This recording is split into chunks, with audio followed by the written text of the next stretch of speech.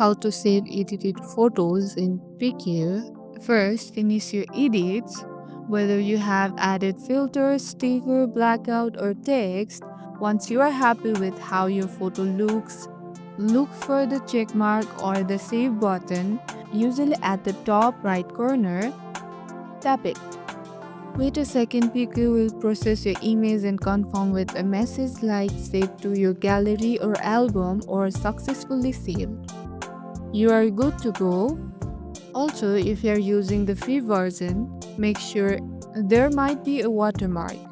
You can remove it by watching a quick ad or upgrading to Pro. Done.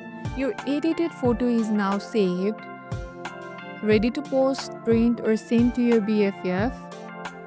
That's how you save your masterpiece in PickU, quick and stress-free.